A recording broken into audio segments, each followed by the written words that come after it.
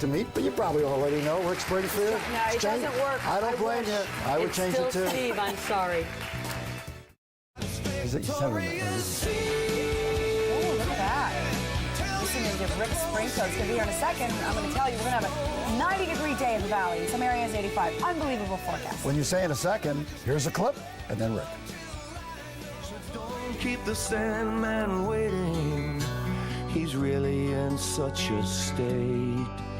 There's a boy in France putting on his pants because he thinks the Sandman is late. No, don't keep the Sandman waiting. Did I hear his wings just buzz?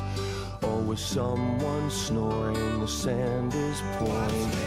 That is great. Hey, I want you to see it. This is a CD for kids. Yes, it is. But you listen to the lyrics and say, if you don't know that. Where's his head at? What's he saying here? Yeah, what is he saying here? This handsome man.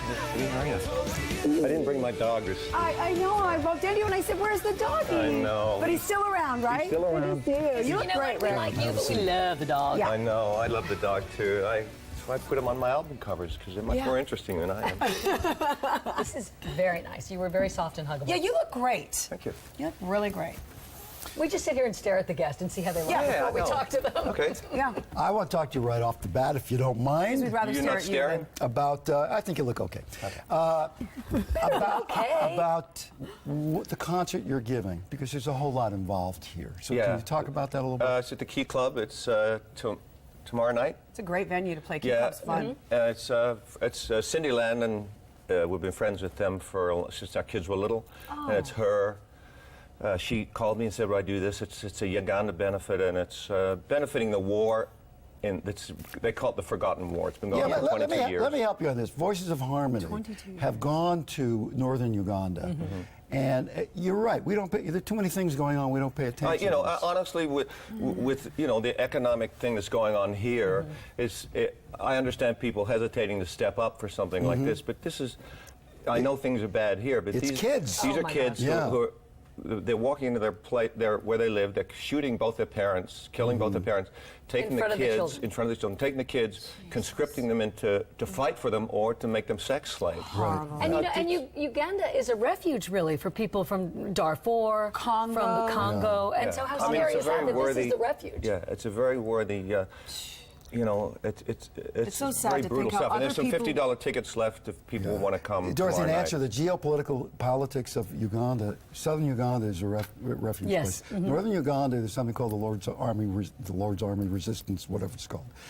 They are at war up there in that part of the country, and that's where the kids are being conscripted and made sex slaves, et cetera. So, Do you think how children live over there in parts of the Congo where, their parents are being slaughtered in front of them and they're lucky? It's just the reality is it's hard. It's hard just to even- impossible to comprehend the reality of that.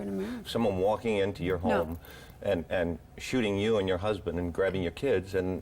I just saw some pictures from Uganda that were taken by kids in Uganda, and there was a house that was smaller than this set. Yeah. And there were 11 children living there because some of them are orphans, and so you just take the orphans into your house. yeah. Yeah, it's It's got to feel good for you to go out and do what you love to do anyway. And do some good. Yeah.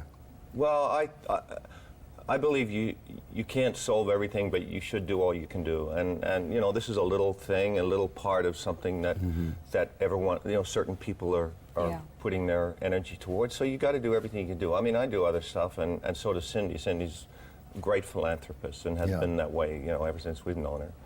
And they both were her and Mike. If you go to Sydney, Australia, do you sound American?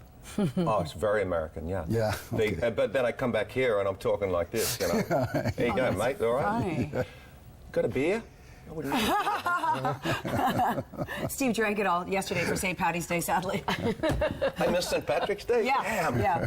But always a in the reason to studio. celebrate when you come in, Now, you say you and your wife, you guys have been together you've had one of the longest marriages. Yeah. 25 We're actually in the years? Guinness Book of Records, I think, next year. For Hollywood. For Hollywood only? For Hollywood For rock marriages, star yeah. Hollywood, yeah. 25 years we've been together.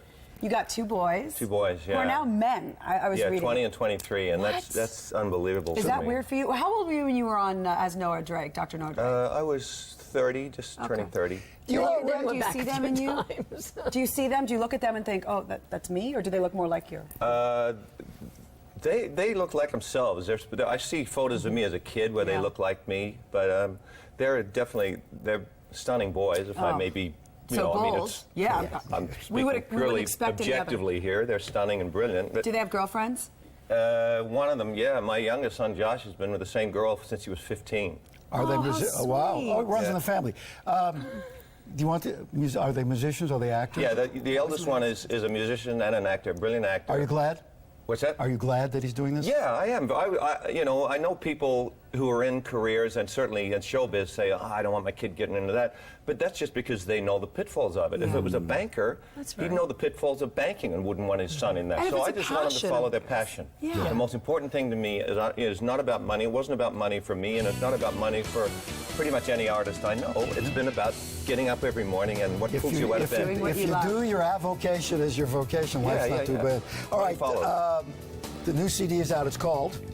My Precious Little One. It's a ballad, lullabies for my son. Are you playing this for the boys? I wrote them for my sons. I wrote them for my sons when they were first born. Coming up, the man who finds people who are unfindable. There's the concert at the Key Club. Can we put that back up? Tomorrow night. Tomorrow night at the Key Club. Thank you. Yeah. Of course. Thank you.